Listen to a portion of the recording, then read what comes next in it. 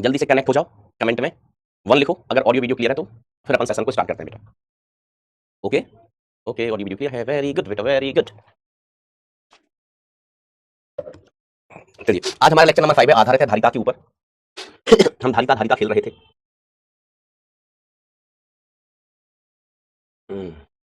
कल हमने heat loss की चर्चा की थी, फिर प्लेटो वाले सर्किट पढ़े थे अपन ने, काफी कुछ पढ़ा था।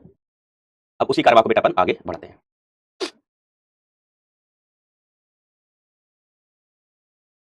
चलिए, अच्छा देखो, मैंने होमवर्क दिया था आपको।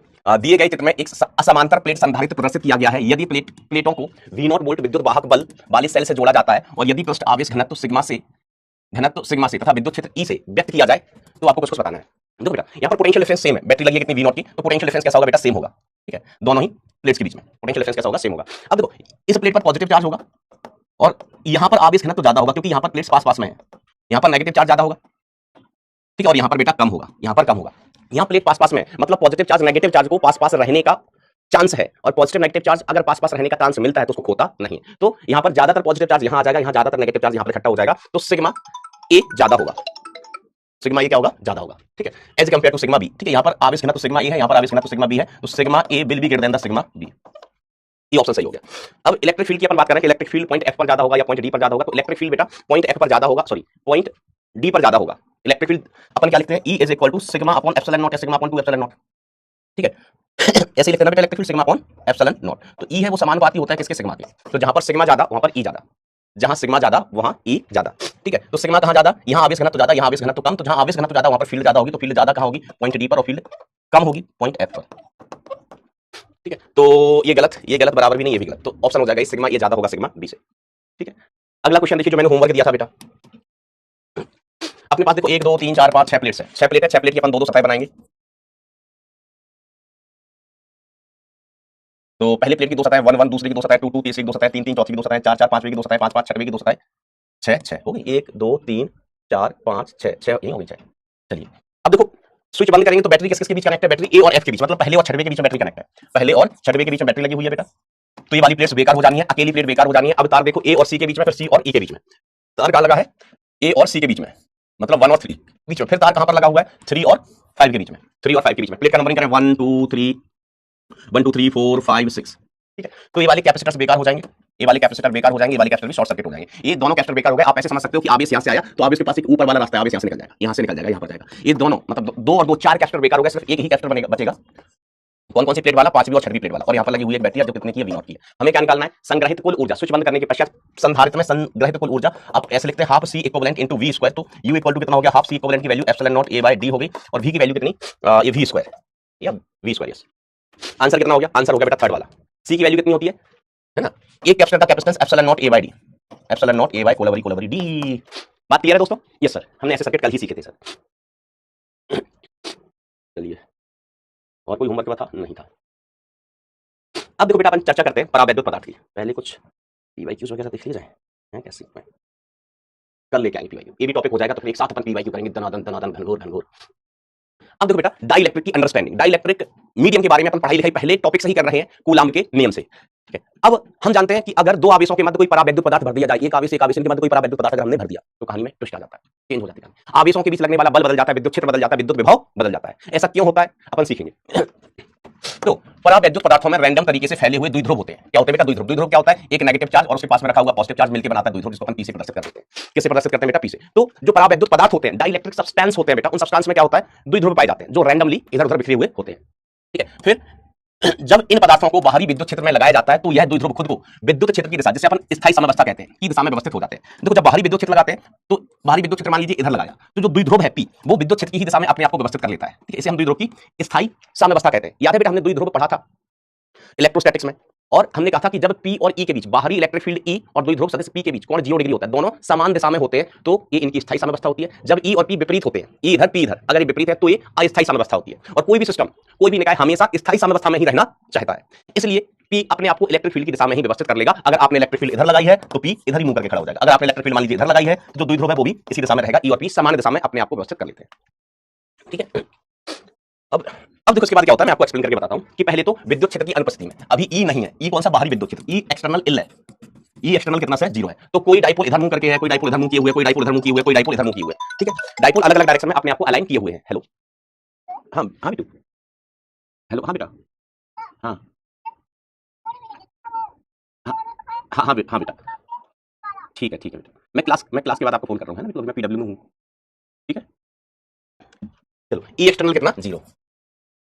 तो ये नेगेटिव, ये पॉजिटिव, ये पॉजिटिव और ये नेगेटिव, इधर नेगेटिव चार्ज, इधर पॉजिटिव चार्ज, तभी तो द्विध्रुव बना। यहाँ पर पॉजिटिव चार्ज और यहाँ पर नेगेटिव चार्ज। अब कोई डाइपोल का मुंह इधर है, किसी का मुंह इधर है, किसी का मुंह इधर है, किसी का मुंह इधर है। ठीक है, रैंडमली ओरिएंटेड रहते हैं, तो इनका अभी कोई प्रभाव नहीं होता है। डाइपोल के कारण नेट फील्ड अभी कितनी होती है? 0 होती है। हम कहें E net due to dipole, E naught net due to dipole अभी कितनी होती है? 0, क्योंकि ये व्यवस्थित रूप से, मतलब अपन क्या कहें कि ये अव्यवस्थित रूप से फैले हुए हैं, तो इनका प्रभाव कितना हो जाता है? 0 हो जाता है, नेट प्रभाव। कब? जब विद्युत क्षेत्र अभी नहीं है, तब हेडिंग में लिखा है विद्युत क्षेत्र की अनुपस्थिति में। ओके, अब हम क्या करेंगे? विद्युत क्षेत्र लगाएंगे। क्या करेंगे बरखुरदार? विद्युत क्षेत्र लगाएंगे। तो हमने विद्युत क्षेत्र मान लीजिए लगाया इस दिशा में, एक्सटर्नल फील्ड, बाहरी विद्युत क्षेत्र हमने इधर को लगाया, एक्सटर्नल फील्ड, ई एक्सटर्नल, ये एक्सटर्नल या बाहरी विद्युत क्षेत्र है, दिस इज ई एक्सटर्नल। ऊपर जाएगा, मैं यहाँ लिख लूं ई एक्सटर्नल। ठीक है, अब द्विध्रुव अपने आप को क्या करेंगे? ये विद्युत क्षेत्र की दिशा में अलाइन कर लेंगे, अपने आप को विद्युत क्षेत्र की दिशा में ही व्यवस्थित कर लेते हैं, क्योंकि स्थायी साम्यावस्था होती है और पूरा संसार ही हमेशा स्थायी साम्यावस्था में रहना चाहता है। हमें जीवन में कोई कष्ट ना हो, हमारा जीवन स्थायी हो। तो डाइपोल भी अपने आप को पी की दिशा में ही व्यवस्थित कर लेते हैं। यहाँ पर पॉजिटिव चार्ज, यहाँ पर पॉजिटिव चार्ज होगा, इसमें यहाँ पर नेगेटिव चार्ज होगा, यहाँ पर नेगेटिव चार्ज, यहाँ पर नेगेटिव चार्ज, यहाँ पर नेगेटिव चार्ज। हम जानते हैं पी की दिशा, जो पी की दिशा होती है वो ऋण आवेश से धन आवेश की ओर होती है। ठीक है, ऋण आवेश से धन आवेश की ओर होती है। तो अब आप यहाँ पर थोड़ा गौर करिए, तो आपको दिखाई देगा कि इधर एक सतह पर कैसा आवेश इकट्ठा हो गया, एक्युमुलेट हो गया, एक्युमुलेट मतलब इकट्ठा हो गया। इस सतह पर ऋण आवेश इकट्ठा हो गया और इस सतह पर धन का आवेश इकट्ठा हो गया, धन का आवेश इकट्ठा हो गया बेटा। ठीक है, इस सतह पर ऋण आवेश इकट्ठा हो गया, इस पर धन आवेश हो गया। तो ई एक्सटर्नल, पीली वाली विद्युत क्षेत्र तो बाहरी विद्युत क्षेत्र है, बाहरी एक्सटर्नल। अब इस आवेश के कारण यहाँ पर नेगेटिव नेगेटिव नेगेटिव नेगेटिव, यहाँ पर पॉजिटिव पॉजिटिव पॉजिटिव पॉजिटिव, तो यहाँ पर एक विद्युत क्षेत्र उत्पन्न हो जाता है परावैद्युत पदार्थ के अंदर, जिसे अपन क्या कहते हैं? इंड्यूस्ड फील्ड या प्रेरित विद्युत क्षेत्र। तो इस दिशा में विद्युत क्षेत्र उत्पन्न हो जाता है, जिसे अपन क्या कहते हैं? ई इंड्यूस्ड। इस आवेश के कारण आया विद्युत क्षेत्र, और ये इंड्यूस्ड या प्रेरित विद्युत क्षेत्र क्या कर रहा है? ये बाहरी इलेक्ट्रिक फील्ड को कैंसिल करने का कोशिश कर रहा है। क्यों? बाहरी इलेक्ट्रिक फील्ड कट है इस दिशा में, इंटरनल फील्ड कहां है? यहाँ का इंड्यूस्ड फील्ड कहां? इधर, इसके विपरीत है, विपरीत है। तो ये वाली जो फील्ड है वो बाहरी विद्युत क्षेत्र को निरस्त करने की कोशिश कर रहा है, फील्ड को कम करने की कोशिश कर रहा है, बरोबर। तो अब अभी अपन ई रिमेनिंग लिखें कि बची हुई फील्ड कितनी होगी। तो ई रिमेनिंग क्या लिखा जाएगा? बची हुई फील्ड। कोई कमेंट में लिख के बताएगा क्या? तो आप कहेंगे सर ये तो बहुत आसान है, ई रिमेनिंग, ई बची हुई, बची हुई हम कैसे लिख लेंगे? ई बची हुई is equal to E external, और ई एक्सटर्नल में से ई इंड्यूस्ड हटा दो। इधर ई एक्सटर्नल है, यहाँ ई इंड्यूस्ड है, तो ई नेट अभी कितना हुआ? ई external minus E induced. Okay, बात क्लियर है? Okay, good good good, great great. तो ये तो लिखा हुआ है ई रिमेनिंग, ई रिमेनिंग मतलब बची हुई फील्ड। बची हुई फील्ड कितनी है? E external minus E induced. Okay okay okay okay okay. अब डाइलेक्ट्रिक कांस्टेंट, अब यहां पर हम एक राशि परिभाषित करते हैं जिसे कहते हैं डाइलेक्ट्रिक कांस्टेंट या परावैद्युतांक। परावैद्युतांक इसको हम कैसे प्रदर्शित करते हैं, और ये आपने कई बार देखा है कि को।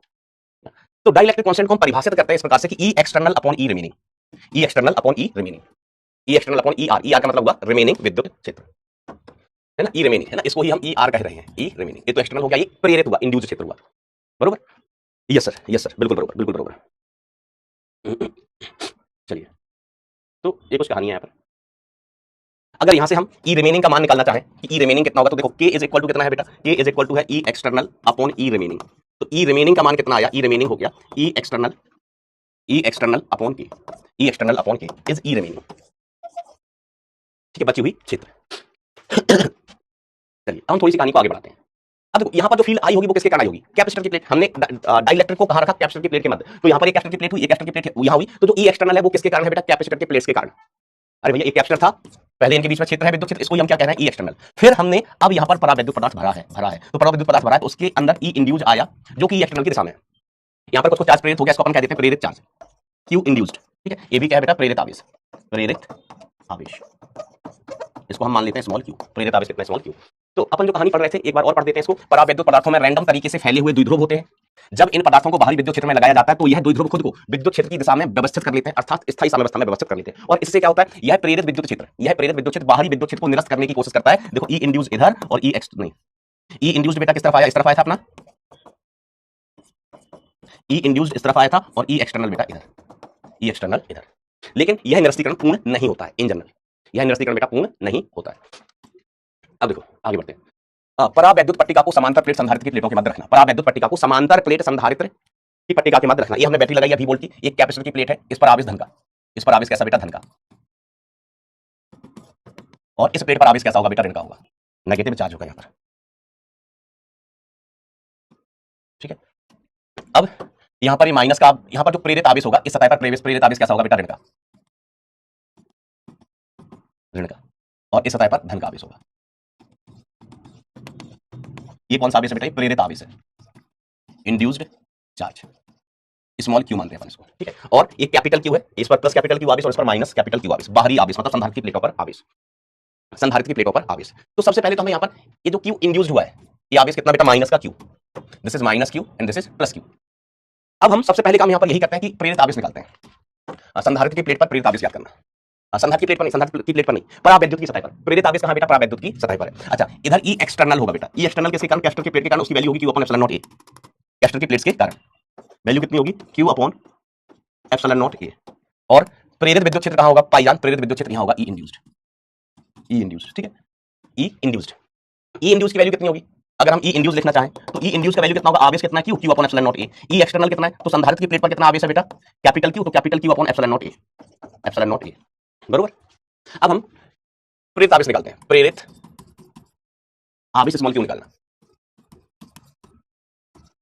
याद करना, प्रेरित आवेश याद करना। तो देखो प्रेरित आवेश अपन कैसे याद करेंगे बेटा, हमने क्या लिखा था, E remaining is equal to E external minus E induced, E induced, E external minus E induced, यही था बेटा प्रेरित क्षेत्र। अब ध्यान देना, ई रिमेनिंग की जगह हम क्या लिख सकते हैं, E remaining is equal to E external upon K, तो ई रिमेनिंग की जगह अपन क्या लिख सकते हैं बेटा, ई एक्सटर्नल अपॉन के।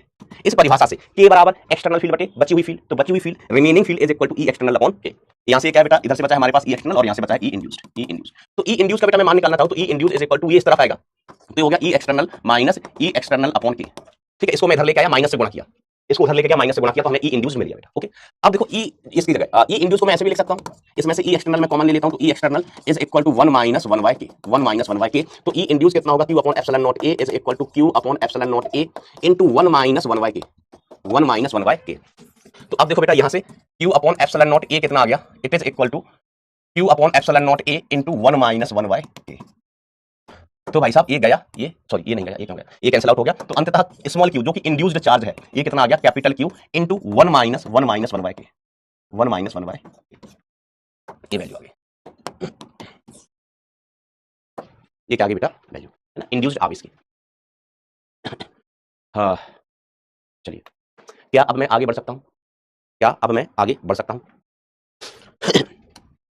और के का जो वैल्यू है, के का वैल्यू 0 नहीं, कहां से करता, 1 से, 1 less than is equal to K less than infinity. K की वैल्यू 1 और अनंत के बीच में होती है, के की वैल्यू किसके बीच में होती है बेटा, 1 और अनंत के बीच में। ठीक है सर, ठीक है। अब के की वैल्यू 1 और अनंत के बीच में ही क्यों होती है, मैंने आपको बोला था, ये मैं आगे चल के एक्सप्लेन करूंगा आपको। तो अपन आज सीखते हैं, अब सीखते हैं वाई, जो के है, के बिलोंग्स टू, मतलब के की वैल्यू 1 और अनंत के बीच में होती है, काहेला वाई। हम ये भी जानते हैं कि अगर प्लेटों के मध्य निर्वात हो, प्लेटों के मध्य क्या हो बेटा, निर्वात हो, प्लेटों के मध्य कुछ भी चीज नहीं बढ़ रहा हो, तो इसमें अपन केस लेके चलते हैं, केस 1 कि प्लेट्स के बीच में, किसकी, कैपेसिटर की, कैपेसिटर की प्लेट्स के बीच निर्वात हो, निर्वात, या हम एयर भी ले लेते हैं, या एयर है ना, निर्वात एयर लगवाई के जैसा ले लेते हैं हो। तो अगर प्लेट के बीच में निर्वात है, कैस्टर की प्लेट के बीच में, तो स्मॉल क्यू की वैल्यू कितनी हो जाएगी, कोई बताएगा क्या हो जाना चाहिए। निर्वात है तो प्रेरित आवेश कितना होगा, एनी वन ऑफ यू, सोचो जरा, क्यू इंड्यूस कितना होगा, क्यू इंड्यूस कितना होगा। सर आपके साथ कौन है बेटा, मेरे साथ मेरी आत्मा भटकती है, 0 होगा, क्योंकि कैस्टर की प्लेट के बीच में कुछ है ही नहीं, ये कि कैस्टर की प्लेट इधर, एक इधर, बीच में क्या है, इधर हमने बीच में कहाँ भरा हुआ है, तो सर जी यहाँ निर्वात है, वैक्यूम है, यहाँ क्या है बेटा, वैक्यूम है। अब वैक्यूम है तो वैक्यूम है, ये हवा में तो आवेश प्रेरित हो नहीं जाएगा ना, आवेश प्रेरित होने के लिए क्या चाहिए, मटेरियल चाहिए, तो वैक्यूम में क्यू इंड्यूस का मान कितना हो गया, 0 हो गया। तो हमने जो प्रेरित आवेश लिखा था बेटा, प्रेरित आवेश हम क्या लिख रहे थे, Q induced is equal to capital Q into 1 minus 1 by K into 1 minus 1 upon K. ठीक है, तो इसको हम इधर लेके आए, तो क्यू इंड्यूस की वैल्यू कितनी है, 0 into 1 into sorry Q into 1 minus 1 by K. Q 0 में चला गया आके, तो 1 माइनस 1 अपॉन के, इसकी वैल्यू कितनी आई बेटा, इसकी वैल्यू हो गई 0, तो 1 बाय के इज इक्वल टू ये -1 हो गया। इनफैक्ट -1 बाय के इज -1, माइनस से माइनस उड़ी बाबा, तो के की वैल्यू कितनी होगी 1। तो के का मान होता है एक निर्वात के लिए, निर्वात बोले तो वैक्यूम, फॉर वैक्यूम है ना, वैक्यूम मतलब निर्वात के लिए, या हवा भी ले सकते हैं निर्वात के लिए। ठीक है मास्टर, हाउ मास्टर, ठीक है, हाउ मास्टर, ठीक है, थैंक यू सो मच बेटा मयूर पटेल, आपके इस मोटिवेशन के लिए thank you so much, thank you everyone.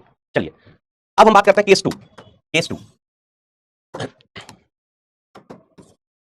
यदि समांतर प्लेट, संधारित्र, कैपेसिटर, कैपेसिटर, कैपेसिटर के मध्य कोई धातु की पट्टी हो, कोई धातु की प्लेट रखी हो, प्लेट रखी हो, कोई धातु की प्लेट रखी हो। तो जरा फिर से आप बताओ बेटा कि अगर धातु की प्लेट रखी है तो धातु की प्लेट पर कितना आवेश प्रेरित होता है, धातु की प्लेट पर कितना आवेश प्रेरित होगा। तो यहां पर हमने कहा ये परावैद्युत पट्टी का है, दिस इज नहीं, धातु की प्लेट, ये धातु की प्लेट है, ठीक है। देखो एक पगला कह रहा है कि सर इसका मान अनंत आएगा, आपने गलत लिखा है। मास्टर तुम्हें नहीं आता, तुमने गलत लिखा है कि इसका मान अनंत आएगा। ये इंटेलिजेंट आदमी कह रहा है, ये मेटालिक प्लेट है, मेटालिक प्लेट, और ये कैपेसिटर की प्लेट है, कैपेसिटर की प्लेट है। इस पर आवेश कितना, प्लस का क्यू, और इस पर आवेश कितना, माइनस का क्यू। अब धातु की प्लेट में तो भैया आवेश की कमी ही नहीं होती है, आवेश की कमी नहीं होती। यहां पर अगर प्लस का आवेश है तो यहां पर जो इंड्यूस आवेश है उतना ही नेगेटिव हो जाएगा, और यहां पर इंड्यूस आवेश उतना ही पॉजिटिव, ठीक है। इस पर जो प्रेरित आवेश होगा इस सतह पर वो माइनस क्यू हो गया, और इस सतह की अगर अपन बात करें तो ये वाला जो आवेश होगा ये प्लस का क्यू, जो क्यू इंड्यूस्ड है बेटा, क्यू इंड्यूस्ड, इसका मान हो जाएगा क्यू ही हो जाएगा।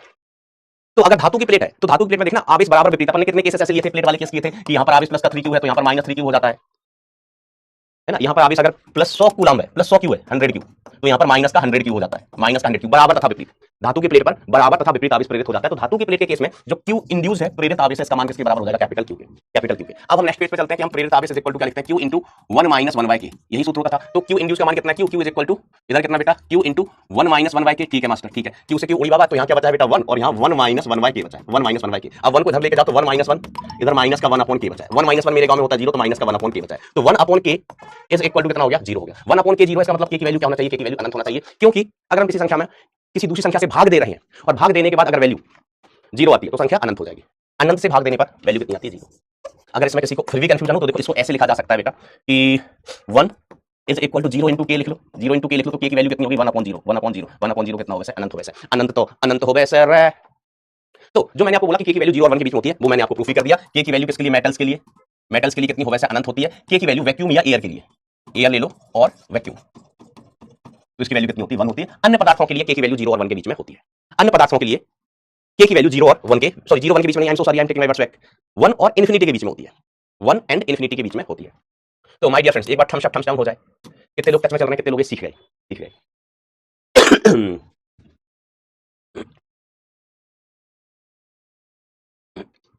परावैद्युत पट्टी पर प्रेरित आवेश व नई धारिता, नई धारिता। तो प्रेरित आवेश तो हम ज्ञात कर चुके हैं बेटा, Q induced is equal to कितना, capital Q into 1 minus 1 by K. हाँ मास्टर बिल्कुल सही कह रहे हो, दिस इज द प्रेरित आवेश है ना, अभी अपन ने निकाला है, दिन दहाड़े निकाला था, है ना, चोरी छुपे भी नहीं। धारिता कितनी हो जाएगी, धारिता कितनी हो जाएगी, तो जो सी न्यू है परावैद्युत पट्टी रखने के बाद, तो इसके लिए तो मैंने आपको बताया कि जहां एप्सिलॉन नॉट मिले, जहां एप्सिलॉन नॉट मिले उसमें के से गुणा कर दो, खत्म बात। तो पहले कितनी होती थी धारिता, epsilon naught A by D, हाँ master epsilon naught A by D, तो अब के और चिपका दो साथ में, तो कितनी हो जाएगी, K epsilon naught A by D. तो जो सी न्यू होता है मतलब परावैद्युत पट्टी के रखने के बाद वो के इंटू सी पुराना वाला, ओल्ड नहीं, सी ओल्ड, पुराना वाला का मतलब परावैद्युत पट्टी रखने से पहले। अब के का मान 1 से बड़ा होता है, K is always greater than equal to 1, K का वैल्यू 1 से ज्यादा या 1 के बराबर होता है। अब के का वैल्यू 1 से ज्यादा है, तो जो सी न्यू है बेटा, नई धारिता, वो हमेशा बढ़ जाएगी। C new greater than equal to क्या होगा, सी कोल्ड नहीं ओल्ड। तो हम कैपेसिटर की प्लेट के मध्य परावैद्युत पट्टी रखते क्यों है, जरूरत क्या पड़ गई मास्टर, ऐसा क्यों तूफानी करने का मन किया होगा किसी को, उसने कहा अच्छा कैपेसिटर की प्लेट है, यहाँ पट्टी भर दो, यहाँ परावैद्युत पदार्थ भर दो। ऐसा क्यों करते हैं, ऐसा इसलिए करता है कि धारिता बढ़ जाती है, कैपेसिटेंस बढ़ जाता है। समझ रहे हो, यस सर समझ रहे हैं, कैपेसिटेंस बढ़ जाता है ना, के गुना हो जाता है, नई धारिता पुरानी धारिता के गुना हो जाती है, कैपेसिटेंस भर जाता है। शाबाश, इतने लोग ही टच में चल रहे हैं, ऐसा भालो हो ना।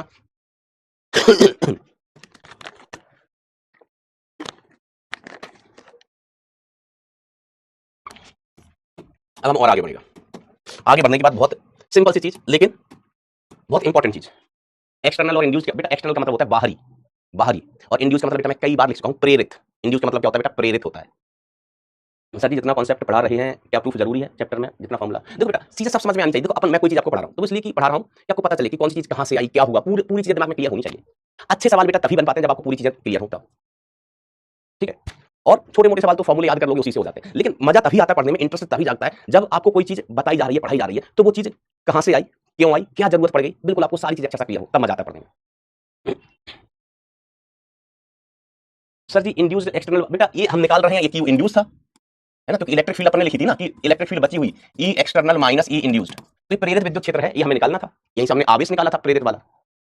बेटा वैक्यूम और एयर को लगभग एक जैसा ही मीडियम मान लेते हैं, बहुत ज्यादा कुछ डिफरेंस नहीं होता है। सर बेटा क्यू क्यू कट गया, ये क्यू इंड्यूज हमेशा कैपिटल क्यू थोड़ी ना होगा, ये तो मेटल के लिए क्यू इंड्यूज का मान कैपिटल क्यू के बराबर होगा, मेटल्स के लिए सिर्फ निर्वात होगा तो क्यू इंड्यूज का मान 0 ही होगा, प्रेरित आवेश होगा ही नहीं। K for metal is equal to Anant Ambani. Okay, कुछ बालक लिख रहे हैं सर मिसप्रिंट हुआ, कहां मिसप्रिंट हुआ भैया, हम भी चेक करता है। के ग्रेटर इक्वल टू 1 तो सी न्यू ग्रेटर सी ओल्ड कोल्ड, कहां कोई मिसप्रिंट नहीं है भैया। वैक्यूम के लिए मेटल के लिए अनंत, सब बढ़िया है, सब बढ़िया है। कहां पर मिसप्रिंट दिखा, कमेंट में लिख देना, स्लाइड पे लिख देना एक बार। अब देखो बेटा घनघोर महत्वपूर्ण चीज है।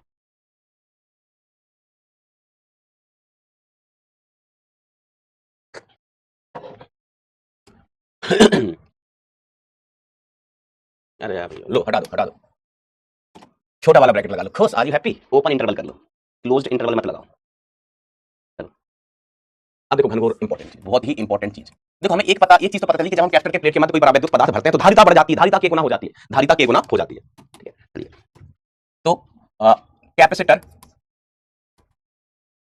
की प्लेट्स के मध्य परावैद्युत पदार्थ डाइइलेक्ट्रिक मीडियम है ना, परावैद्युत पदार्थ मीडियम भरने पर नहीं डालता, भरने के बाद विभिन्न राशियों का विश्लेषण मतलब एनालिसिस, विभिन्न राशियों का विश्लेषण, विभिन्न राशियों की एनालिसिस। तो देखो ये डाइइलेक्ट्रिक पदार्थ है कोई, और इधर थी हमारी कैस्टर की प्लेट, एक कैस्टर की प्लेट, दूसरी कैस्टर की प्लेट, ठीक है ऐसा। This is dielectric medium.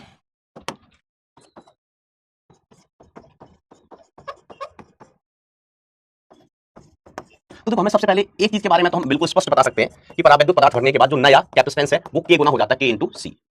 ठीक है बेटा, कैपेसिटर की प्लेट के मध्य परावैद्युत भरने से पहले का धारिता, भरने की धारिता, ठीक है, प्रारंभिक धारिता, जब हमने परावैद्युत प्लेट नहीं भरी है तब।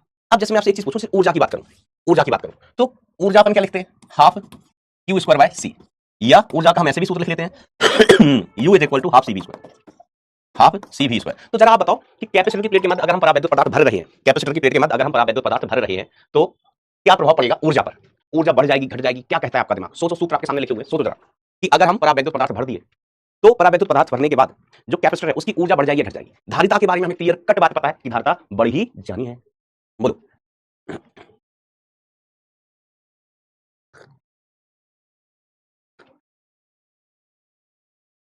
ऊर्जा बढ़ जाएगी घट जाएगी,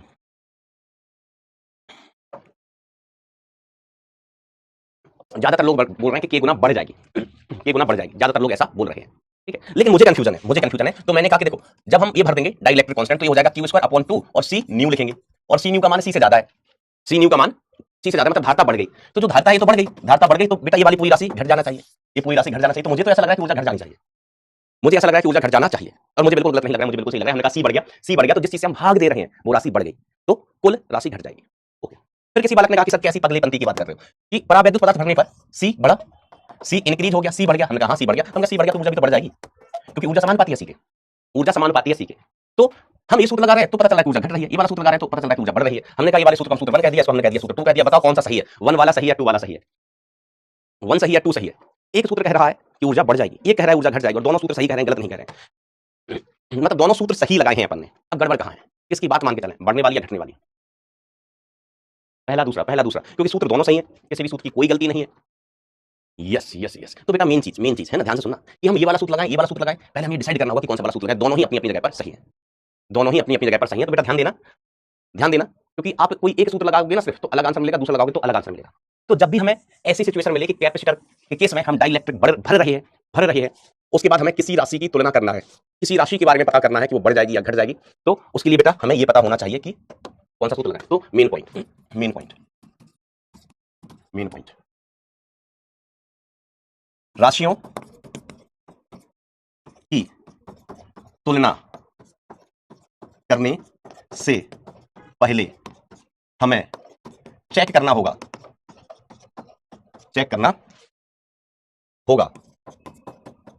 कि कैपेसिटर बैटरी से जुड़ा है या नहीं, कि बैटरी लगी है कि नहीं लगी है, बैटरी लगी है या नहीं लगी है। तो पहले हम आंखें बंद करके कोई भी सूत्र नहीं लगाएंगे, पहले हम चेक करेंगे कि कैपेसिटर की प्लेट के मध्य बैटरी लगी है नहीं लगी है, बैटरी लगी है नहीं लगी है। और अगर बैटरी है, बैटरी लगी है, बैटरी है, तो बेटा V नियत हो जाएगा, V नियत होगा। अगर बैटरी है, बैटरी लगी हुई है, तो विभवांतर नियत रहेगा कैपेसिटर के प्लेट के मध्य, V नियत होगा। और अगर बैटरी नहीं है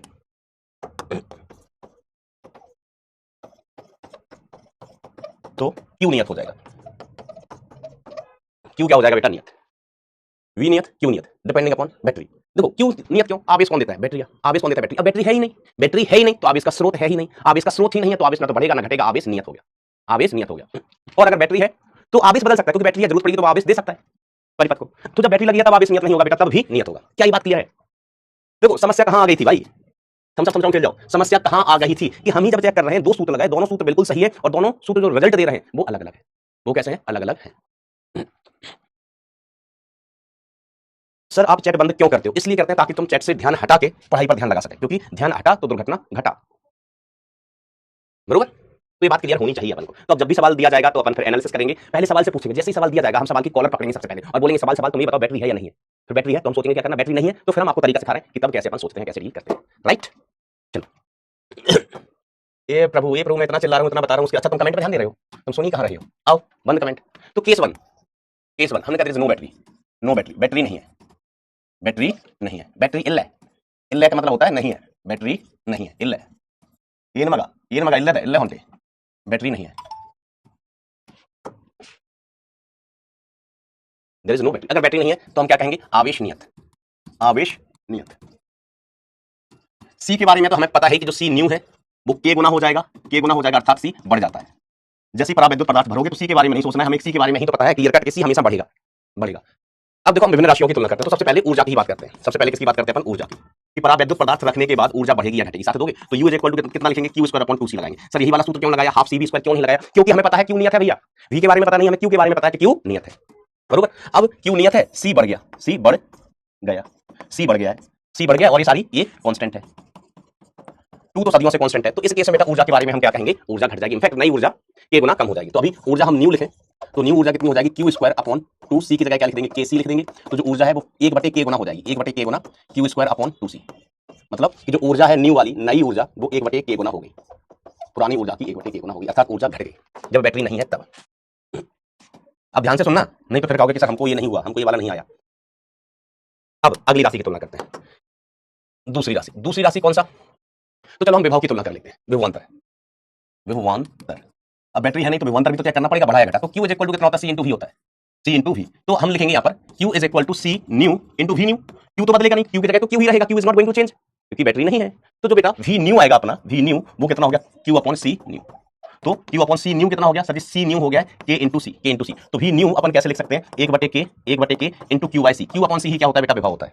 Q बाई C क्या होता है बेटा? विभव होता है। तो जो नया विभव विभवांतर है वो K गुना कम हो जाएगा, ये भी पुराना वाला अपॉन K हो जाएगा। पुराना वाला का क्या मतलब? अरे भैया पुराने वाले का मतलब है कि विभवांतर कब? जब हमने डाई इलेक्ट्रिक पदार्थ कैपेसिटर की प्लेट के बीच नहीं रखा है। चलो भाई साहब, और किसकी चर्चा करोगे मास्टर? हमने कहा चलो इलेक्ट्रिक फील्ड की चर्चा करते हैं। इसकी चर्चा करते हैं इलेक्ट्रिक फील्ड की। इलेक्ट्रिक फील्ड के साथ क्या हो रहा है ये है ना, विद्युत क्षेत्र की तुलना करते हैं।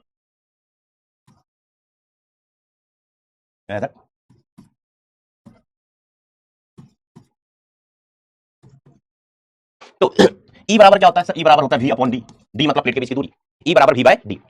ठीक है, तो E new is equal to हम क्या लिख सकता है? वो घर पर ही है, कल ले आऊंगा, कल ले आऊंगा। E बराबर क्या होता है? V बाय डी, तो V न्यू अपॉन डी।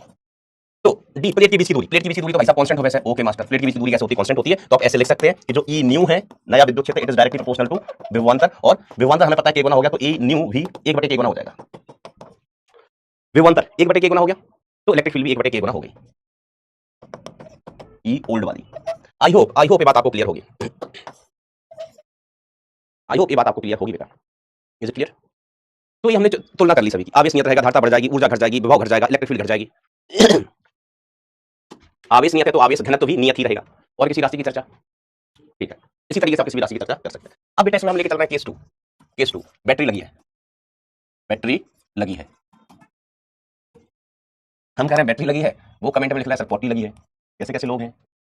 हाँ बताओ, अभी टच में चल रहे हो, एक बार थम्स अप डाउन हो जाए भाई। क्या लगी है बेटा? बैटरी लगी है, बैटरी।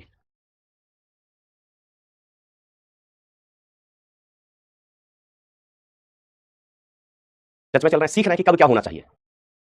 केस टू बैटरी अभी लगी हुई है, तो ये कैस्टर की प्लेट बात थी, यहाँ पर बैटरी हमने लगाई हुई है। अब डाइलेक्ट्रिक पदार्थ हम यहाँ पर भरेगा। तो अब इस केस में क्या होता है बेटा? मेन चीज क्या है? अब भी नियत रहेगा, बैटरी लगी है तो विभवांतर नियत, भी नियत रहेगा। ठीक है मास्टर, भी नियत। ओ my God, O my God. तो अब अलग अलग राशियों की चर्चा अपन करते हैं, तो सबसे पहले अपन चर्चा कर लेते हैं किसकी? ऊर्जा की ही कर लेते हैं। आप भी क्या याद रखो, तो सबसे पहले अपन चर्चा करते हैं ऊर्जा की। तो अब हम कौन सा सूत्र लगाएं ऊर्जा वाला? तो सर ऊर्जा के लिए लगाओ Q²/2C। हमने कहा नहीं, हमें Q के बारे में पता नहीं है, हमें Q के बारे में पता बिल्कुल भी नहीं है फिलहाल आगे चल के तो हमें सबके बारे में पता चल ही जाना है। पकड़ पकड़ के पूछेंगे अपन कि बताओ तुम घट रही हो, बढ़ रही हो, या क्या हो रही हो। पकड़ पकड़ के पूछेंगे अपन, छोड़ेंगे थोड़ी ना। आओ, तो माय डियर फ्रेंड्स, ऊर्जा अपन क्या लिखते हैं? U = ½ CV², सूत्र होता है। ठीक है, अब ऊर्जा न्यू कितना हो गया? 1/2।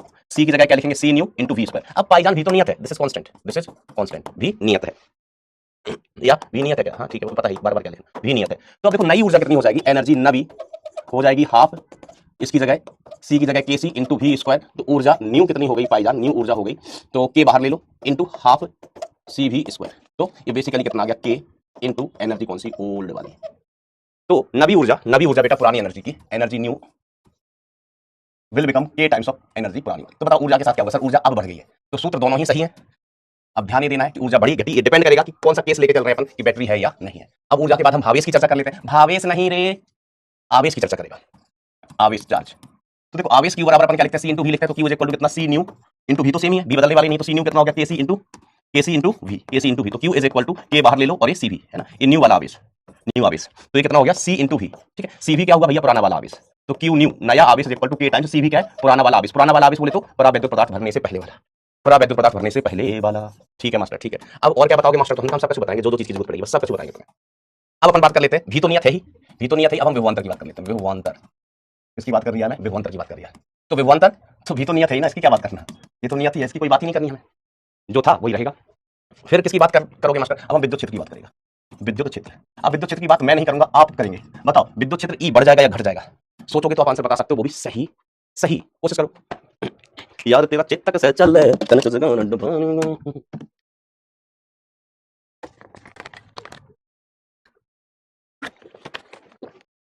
बेटा बोर्ड की तैयारी तो अपने आप ही हो रही है आईटी के साथ।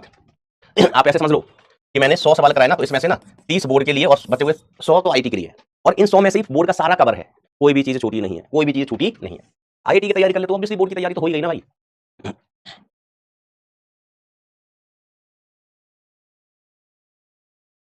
तो विद्युत क्षेत्र के बारे में अपन जानते हैं, E = क्या हो वैसे? V/D हो वैसे, E = V/D। अब कांस्टेंट, D कांस्टेंट, V भी कांस्टेंट, V नियत है, तो E बराबर कैसा आ गया? E नियत, E भी कांस्टेंट हो गया।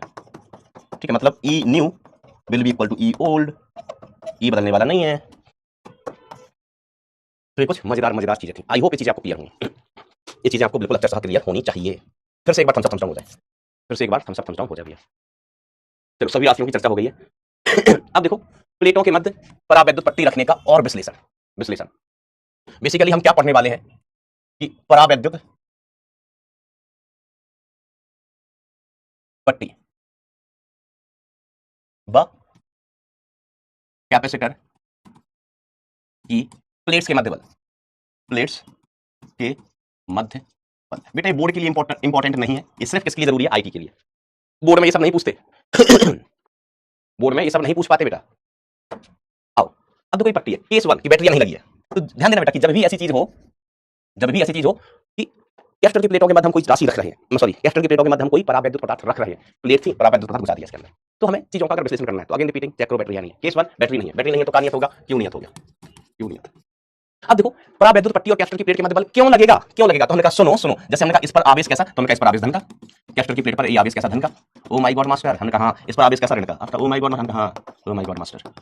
चलिए अब ये परावैद्युत पट्टी है तो यहाँ पर आवेश प्रेरित होगा, तो इस पर आवेश प्रेरित हुआ कौन सा वाला? विपरीत, negative negative negative negative negative negative, है ना। इसको जैसे अपन क्या कह देते हैं, ये मान लीजिए स्मॉल क्यू है और इसको हम क्या कहते थे? Capital Q. प्रेरित आवेश हमेशा कैपिटल क्यू से कम होता था, है ना, इस तरीके से। इस पर नेगेटिव तो इस पर पॉजिटिव।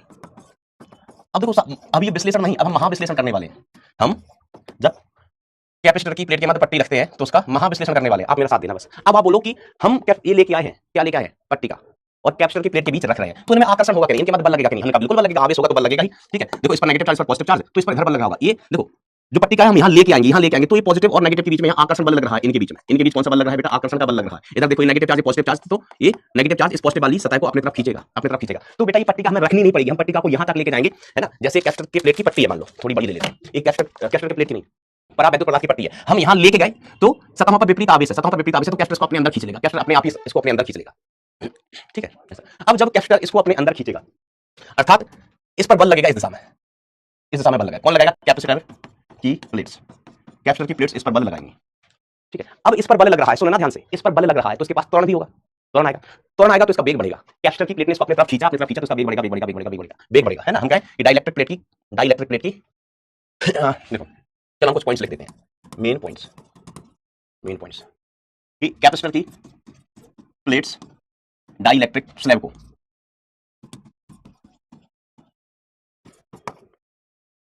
स्लैब को अपनी ओर खींचेंगी, जिससे स्लैब की, अच्छा तो स्लैब के पास जो एनर्जी आएगी, है ना, अपनी तरफ खींचेंगे, जिससे स्लैब के पास वेलोसिटी आएगी, स्लैब के पास वेलोसिटी आएगी। तो स्लैब की कौन सी ऊर्जा बढ़ेगी? स्लैब के पास कौन सी ऊर्जा हो जाएगी? गतिज ऊर्जा। अतः डाइलेक्ट्रिक स्लैब के पास, डाइलेक्ट्रिक नहीं आता तुमको? प्रभु,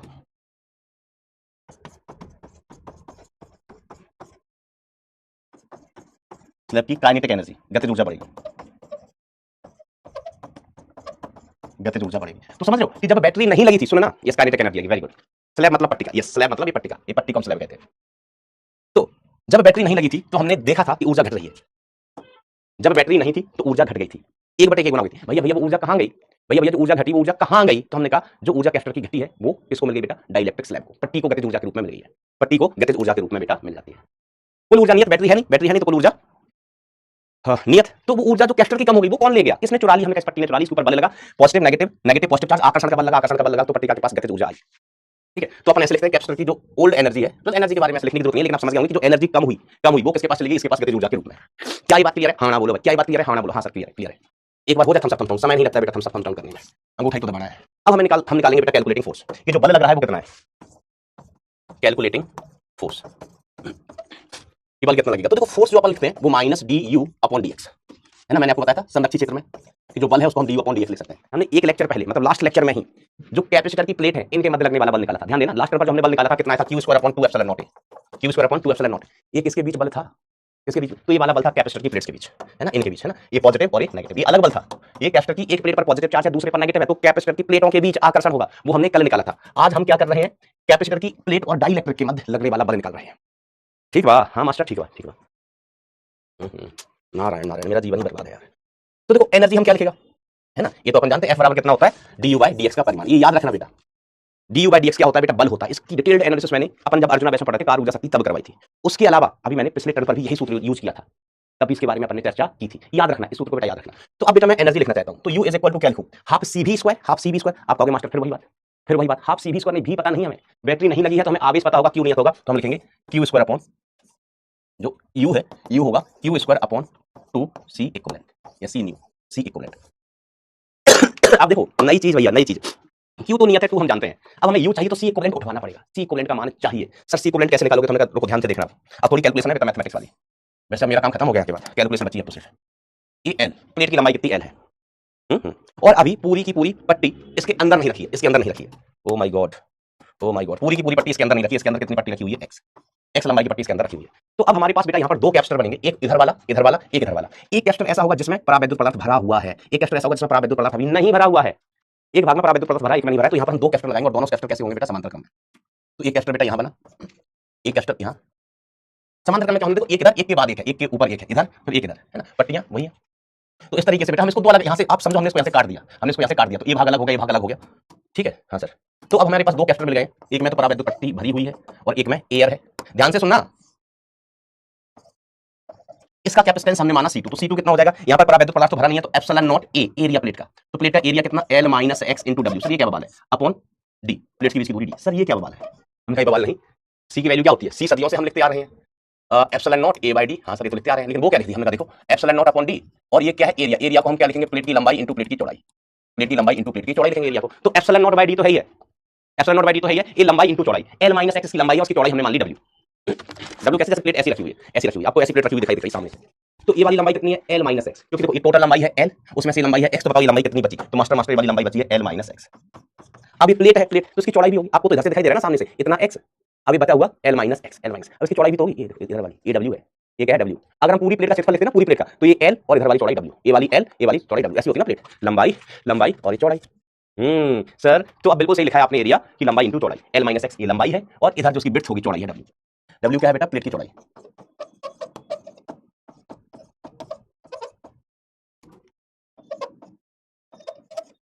चौड़ाई ऐसा नहीं लिखा जाता, मैं कितने बड़ी हो गया तो मैं चौड़ाई लिखना नहीं आया, प्लेट की चौड़ाई। अब इसकी धारता हम क्या लिखें, कोई लिख के बताएगा, C1 का मान क्या होना चाहिए, एनी वन ऑफ यू, कोई लिख के बता सकता है सर, कमेंट तो खोलो, कोशिश करो, गलत हो जाए कोई बात नहीं, थारा भाई बताएगा, थारा भाई बताएगा, तुम्हें बताओ, कोशिश करो। You have been warned many times for using prohibited words, this is intolerable, yes you are a permanent, permanent के बाद परमानेंट उल्लू, उल्टी सीधी चीजें लिखोगे बेटा तो हाँ कमेंट सेक्शन में परमानेंटली ब्लॉक हो जाओगे फिर। KC2 क्यों बेटा,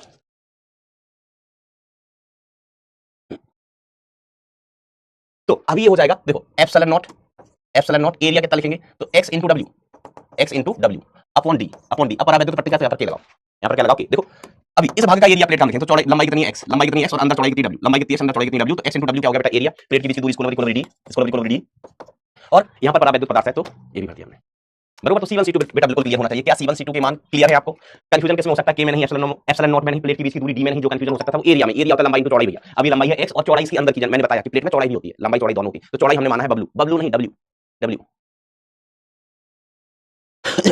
ठीक है, बोर्ड में स्टेटमेंट लिखा, तो भाई ये स्टेटमेंट ही लिखा है, स्टेटमेंट भी लिखा है, बोर्ड में पूछेंगे नहीं, बोर्ड में पूछेंगे नहीं। अब C इक्विवेलेंट कितना हो गया, हम C इक्विवेलेंट का मान निकालना चाहते हैं, तो C equivalent equal to C1 plus C2, भज्जा समांतर क्रम में है, भज्जा समांतर क्रम में है, तो C इक्विवेलेंट कितना, C1 प्लस C2, ओके। तो C इक्विवेलेंट का मान कितना आ जाएगा, C1 कितना है, के epsilon not x into W बटे डी, प्लस C2 कितना है, epsilon not L minus x into W बटे डी। तो C इक्विवेलेंट का अगर हमको मान निकालना है, तो इसमें से क्या क्या कॉमन आ गया, epsilon naught W upon D, ये कॉमन आ गया भैया, तो W बाहर आ गया, एप्सिलॉन नॉट बाहर आ गया, यहाँ क्या बचा है, K, यहाँ क्या बचा है बेटा, K, और इधर बचा है प्लस का नहीं, K इंटू एक्स, प्लस इधर एप्सिलॉन नॉट डी, W बाहर आ गया, L minus x, O my God, ये आ गया। तो C इक्विवेलेंट का मान कितना आ गया, ये अगले केस में भी काम आएगा, ध्यान देना, तो epsilon not that epsilon not into W divided by D into ये हो गया K minus one into X plus L, K minus one into X plus L हो गया माय डियर फ्रेंड्स, ये हमें C इक्विवेलेंट बेटा दिन दहाड़े मिल गया है।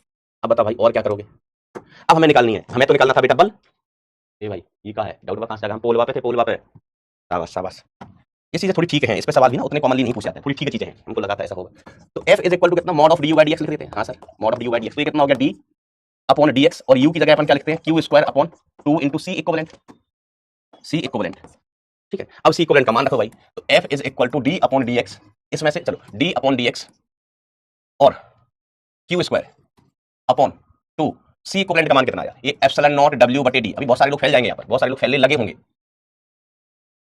Into K minus one into X plus L, बस इसका अवकलन करो, वैसे जरूरत बिल्कुल नहीं पड़ती अवकलन करने की, कभी नहीं पड़ेगी, Q square upon 2 epsilon naught W, Q square upon 2 epsilon naught W into D, ये सब कांस्टेंट है, कहां चला गया, ऊपर चला गया, कहां चला गया, ऊपर चला गया, इधर से बता है d upon dx of 1 upon K minus one into X plus L बचा है। अब इसका अवकलन कर लो भैया, तो देखो ये तो कांस्टेंट है, Q square D upon 2 epsilon naught W, और इसका अवकलन करोगे तो x की घात किसके जैसा है, n जैसा, तो x to the power minus 1 है।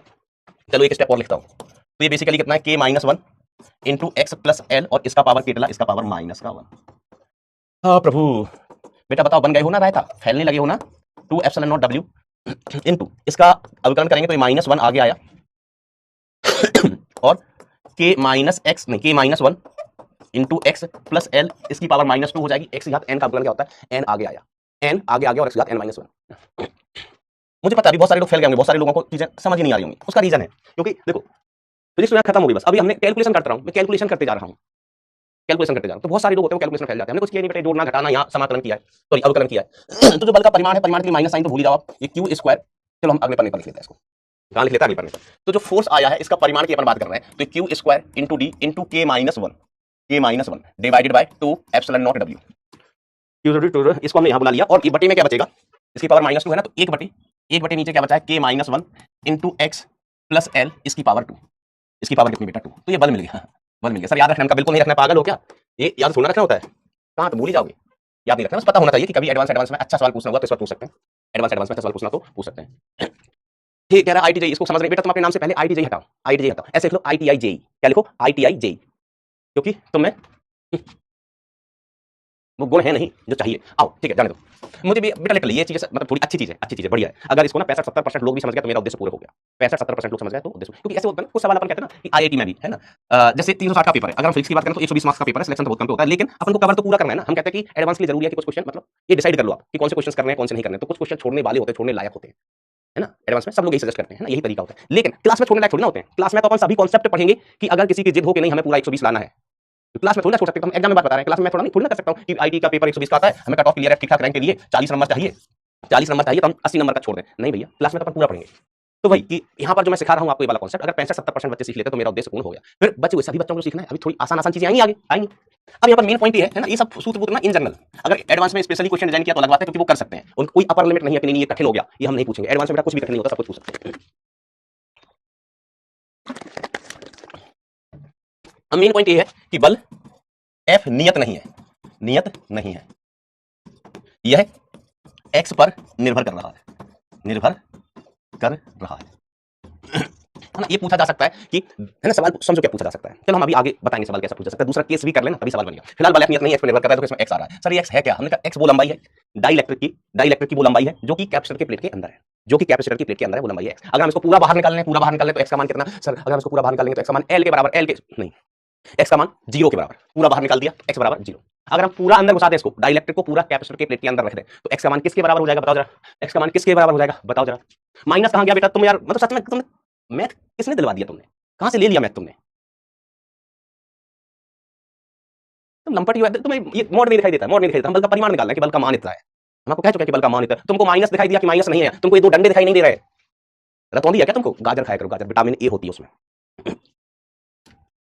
हाँ अब देखो केस 2, जब बैटरी लगी तो देखो सी इक्विवेलेंट हम पहले ही निकाल चुके हैं, सी इक्विवेलेंट कितना आया था, epsilon naught W upon D into K minus one into X plus L, ये सी इक्विवेलेंट हो वैसे, है ना, ये लिखा हुआ है C equivalent epsilon naught W upon D, इधर ये epsilon naught W upon D K minus one into X plus L. Okay oh my God.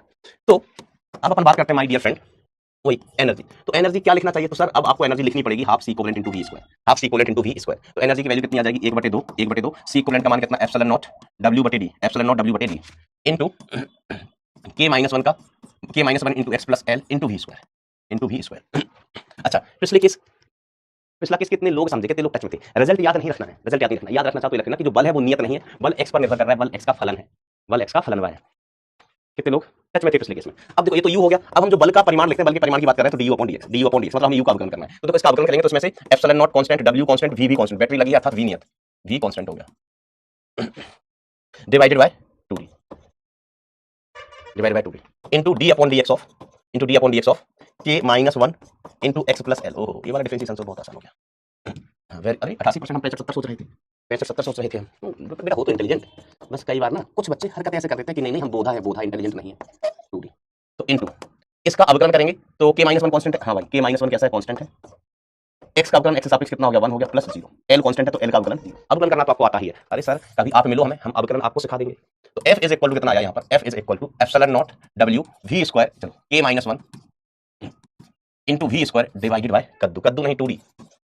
अब इस बल के बारे में क्या ख्याल है, तो सर बड़े ही नेक ख्याल है, उनका नेक नहीं पूछ रहा हूँ, इसमें ध्यान देना कि जो f है ये कांस्टेंट है, तो बेटा दो केसेस है ना, f के बारे में चर्चा हो रही है, ये सवाल पूछ सकते हैं मेंस वगैरह में कभी, लेकिन कहां पूछेंगे, फिर इतना सारा चीज पता होना चाहिए तभी आंसर तक पहुंचोगे। तो f के लिए दो केसेस, एक केस नो बैटरी इल है, नो बैटरी, दूसरा केस बैटरी कनेक्टेड बैटरी है, तो जब बैटरी नहीं है तो f कांस्टेंट नहीं है, तो बल कांस्टेंट नहीं है। अब जब बैटरी है तो बल कांस्टेंट है,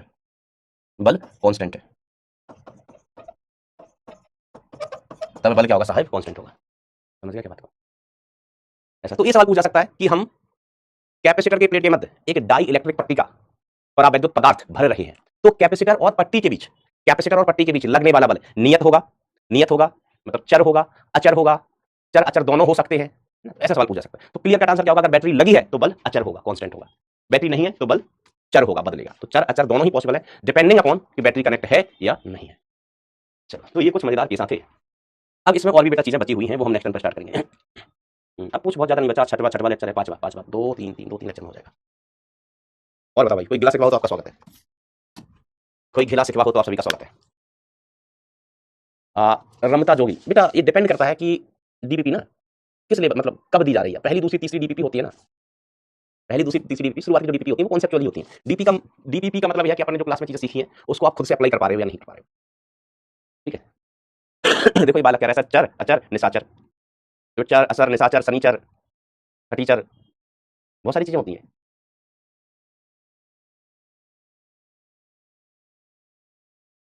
कोई गिला सिखवाओ तो जल्दी बता दो भाई। तो चलो बताओ कितने लोग टच में चल रहे थे, कितने लोगों ने सीखी चीजें आज की। आज में लास्ट में जो बल वाला पोर्शन था वो अच्छा था, और उससे पहले जब बल नहीं था कि बैटरी लगी है तो ऊर्जा बढ़ जाएगी घट जाएगी, बैटरी नहीं लगी है तो ऊर्जा बढ़ जाएगी या घट जाएगी, ये सारी चीजें बेटा मेंस के लिए बहुत इंपॉर्टेंट थी और ये बोर्ड के लिए भी इंपॉर्टेंट थी बेटा। हो जाऊंगा मैं। कितने लोग टच में चल रहे हैं बेटा? जल्दी जल्दी फिर अपन सेशन को खत्म करते हैं।